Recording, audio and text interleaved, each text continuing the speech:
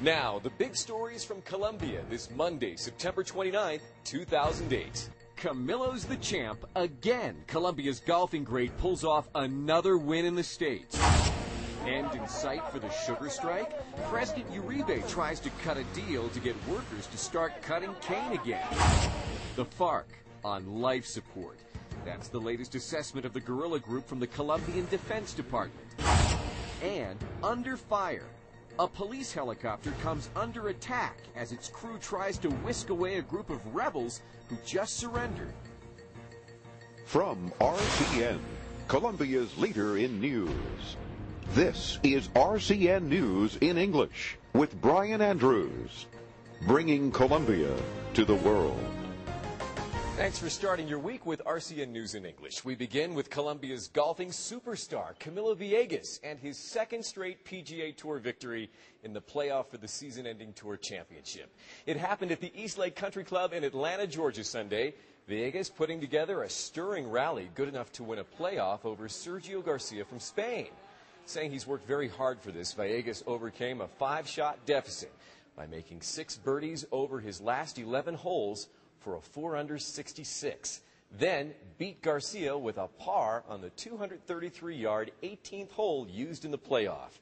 Camilo takes home a winner's check for $1.26 million and should be moving up to the number 6 position in the world ranking of golf. As we've been telling you, a strike by sugarcane cutters in the fields of Valle del Cauca has wide-reaching effects, including a hike in the price of a gallon of gas that uses ethanol as a percentage of its makeup.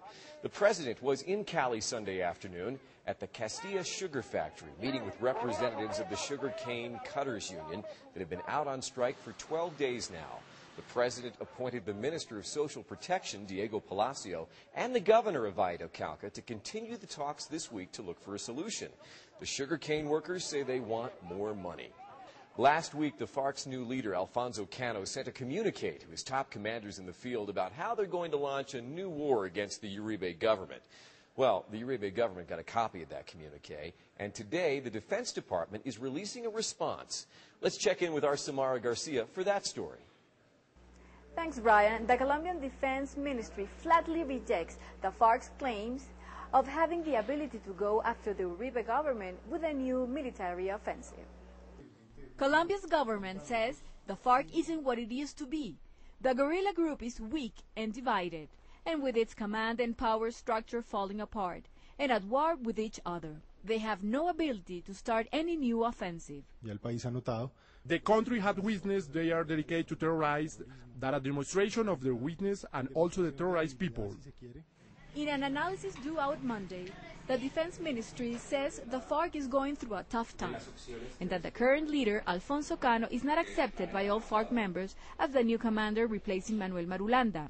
This has created internal strife among the commanders like Mono Jojoy and Joaquin Gomez, who are considered the FARC's military strategists.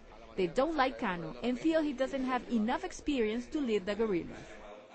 The government says the FARC went from having 16,000 men down to about 7,000 men because of captures, military operations, and desertions.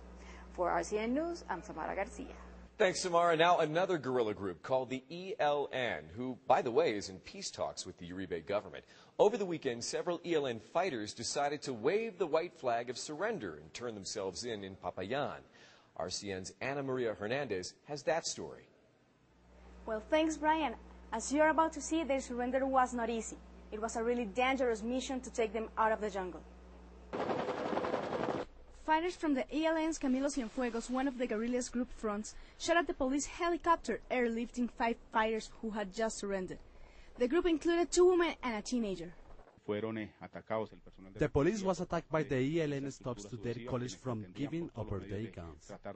The 5 ELN members who surrendered confronted their commander, known as Fabio, killing him and one of his bodyguards. The fighters say they decided to leave the ELN because they were treated badly and often humiliated.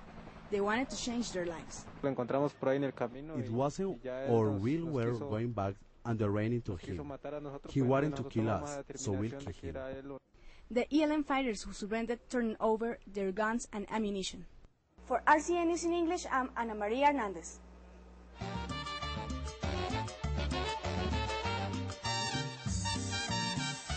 We're always looking for your home videos and digital photos. Here's the address to send them to us. It's rcnnewsinenglish@gmail.com. This way we can show your Colombia to the world. Today, my Colombia comes from Paterson, New Jersey, and the staff of a hot new Colombian nightclub. Hi, Brian. Hey, Brian. We say hello to you from Laura's Nightclub, a Colombian nightclub where Colombians come out to party, enjoy cumbia, vallenatos, and all you can think of, and also enjoy a nice cup or shot of aguardiente. Let's check that out. Hi, Brian. Hi, Brian.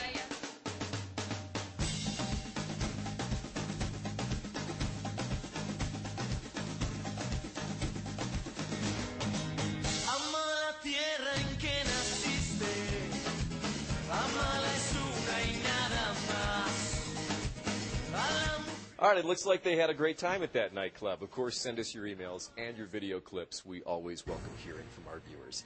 I'm Brian Andrews reporting from Bogota with the latest edition of the RCN News in English. We're updated twice a day at 7 a.m. and 7 p.m. Eastern Time.